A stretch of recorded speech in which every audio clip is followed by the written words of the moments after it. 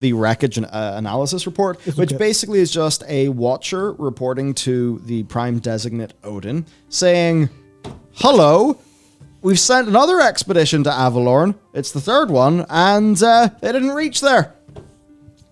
We learn then that there are heretics in Avalorn, that they must be, made to answer for their crimes against Inaria and the other keepers. I think Inaria she's one of the keepers in Uldaman, right?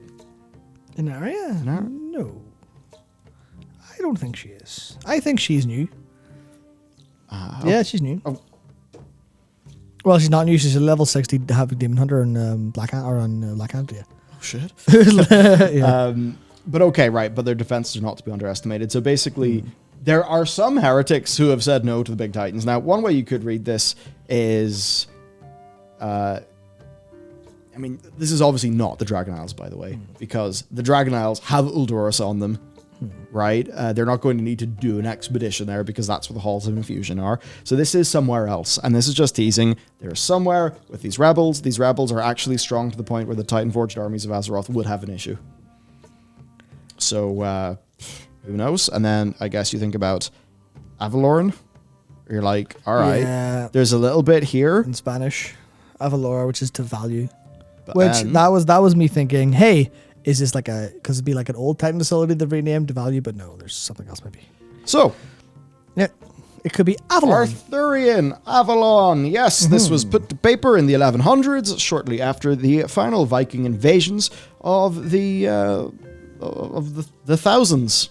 Yep. I guess. Yeah, ended in the Battle of Hastings in 1066. Yep. So, Arthurian legend is kind of considered to be like this kind of Britain and Celtic crossover thing. Yep. Yes, so I'll just read what you have to say. An legendary British hero to flood a nation with a myth that connects them and instills patriotism. According to Professor John J. Davenport, the question of Britain's identity and significance in the world was a theme of special importance for writers trying to find unity in the mixture of their land's Celtic, Anglo-Saxon, Roman, and Norse inheritance. So this was my take, is where do you go if you're escaping Odin, the Norse god? Thematically speaking. Well, what came after the Vikings in Britain? The Norse. Yeah, but King Arthur, that legend. Oh, yeah. They forged their own patriotic myth through existing influences there. Obviously, they included some Norse stuff as well, which obviously happened with some human elements. But the idea is, it's kind of abstract because, as we earlier discussed, how do you think? But it's kind of abstract. But the idea of you go to Avalon, and that's what happened after the Norse gods. That's where you would go to escape Odin, theoretically, to the place that was created after Odin, even though it was technically King Arthur was like the 700-800s fighting off the Anglo-Saxons, but the myth wasn't written till way after, because it turns out none of that's real, by the way. It's all just legends, myth, folklore. It's not real. But it is, you go there, and then that's the case of, I think this is where the Vrykul, who became human because of like curse of flesh, and then started to devolve into humans. I think this is where the first human settlement was, because you connect a couple dots, right? Number one is we don't know shit about that. Yeah, we know the Vrykuls left Northrend, and then there were human settlements a while later. As far as I'm aware, we know very little about that outside of some of the artifact history, and that doesn't go into any of that too deep. I need to refresh myself on that for sure, especially the stuff around Tyr and the stuff around the war swords of the Bellular. But there's a few things that are connected in my head. So you know the way, what's it, Historia something? One that don't play with a pen knife. Oh, you're don't use a pen knife as a fidget toy. That's fine. Brilliant. I just need your idle hands, right? Anyway, that's fucking Roman fella wrote that book. Total banger a long time ago. Oh, yeah. But anyway, one of the things in that, it's like, the way the Romans like saw the Germans as being these like fucking 8 foot tall, fucking super bearded, super fucking strong motherfuckers, right? Like, it's kind of like some of the way the Romans saw them.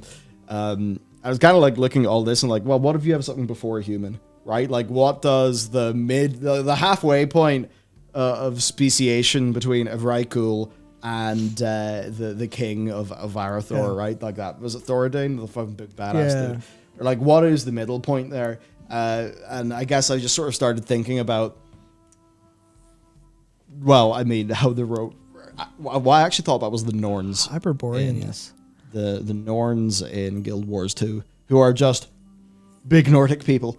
Oh, yeah. And all of that. And I guess I kind of just wonder, do we end up having some fairly interesting, like, middle civilization?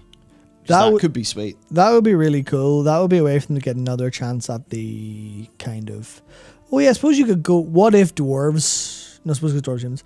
Trying to think of how do you get, like, the Britons and the Celts in a way that's kind of cool. Because obviously there was some of Ardenweald was kind of Welsh in a way, but that's, like, the one thing they haven't done very well.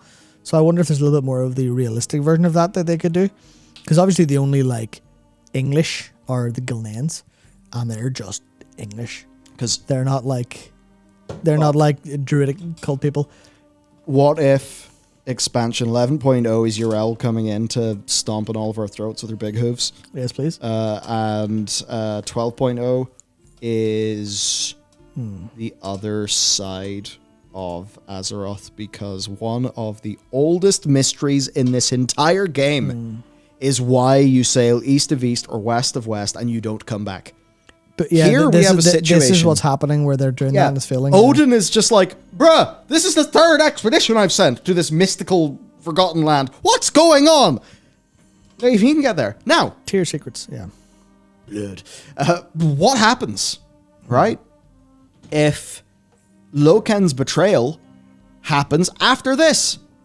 So if Odin did not have enough forces to defeat these heretics at the point in which this tablet is written, and after that, Odin, let's see, rage quits to the sky over the whole dragon thing. Loken pulls off his plan. Helya locks Odin away.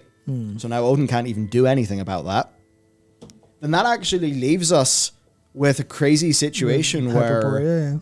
Hyperborea. Yeah, you've got this mystical hidden land, Avalon, in another degree, because there's different interpretations of Avalon. This is really... So basically you will go and find King Arthur in Avalon. It'll just be Viking descendant King Arthur, which is a little bit weird. But you could absolutely completely understand how that would go. We're definitely getting into crazy speculation town with this whole new middle race we're talking about. It could just be early humans. Most importantly, fucking gamma ray. Okay, yeah. This is a new World of Warcraft expansion. And now we're going to not get demonetized. Yeah, I was going to say. There you go. There's the new WoW expansion. World of Warcraft, Avalon. And the score is done by gamma ray. So there's, so I don't imagine this would be a massive thing, right? But it is the idea that they were talking about wanting to fill the story of World of Warcraft's history back in. Because that's the part where there's lots of stuff we don't know. And I completely see them going, hey, so here's the bit that you didn't know about because it's history. Here's the stuff that happened before modern Warcraft. Here's the actual, here's here's the story of humans that's never been told, how humans came to be in Warcraft. Yeah. And that sounds pretty compelling, all things considered, I think. But that's the idea. I think a lot of this is super reading into literally just Avalorn and Odin. But basically, Steve's and Oozer's a fucking hack, and we can tell from names what he's doing. You wrecked. That's the way. No, I think this is what I really like about lower speculation.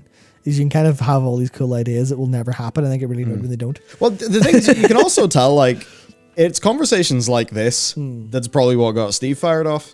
Yeah. In his head, like with ideas. Yeah, this is probably the stuff that, I mean, for any writer's room of a secondary world, this is the sort of thing that actually gets them excited. Yeah. Right? Yeah. Yeah, Ginger Nuts, I really hope... Okay, so don't say the Tuatha De Danann because Steve Zanusser's previous role, one of his previous roles was at 38 Studios. And he I believe he said at one point he didn't really do any work on it, but it was technically the supervisor for lore and world building around Kingdoms of Amalur, and it did a really messy job of the Tuatha De Danann and Irish folklore, to the point where I was like, this is really quite... I get what you're doing, and you're technically kind of right. It's just a wee bit Americanized and bastardized, and it's not great. Also, you're right. Yeah, gaming, you're right. The middle race does sound like Kultirians. Just big people. Oh, yeah. But the origin of the Kultirians, yeah. That would be kind of cool, actually. If the Kultirians are... I don't know the history of Kultiris very well. I think that's supposed to just represent, though, they're a bit rough. Yeah.